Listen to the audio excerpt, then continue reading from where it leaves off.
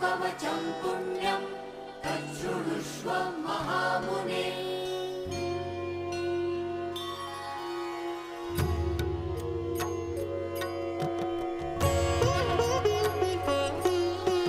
प्रथमं शैलपुत्री च द्वितीयं ब्रह्मचारिणी तृतीयं चन्द्रघण्टेति कूष्माण्डेति चतुर्थकम् पञ्चमं स्कन्दमातेति षष्ठं कात्यायनी।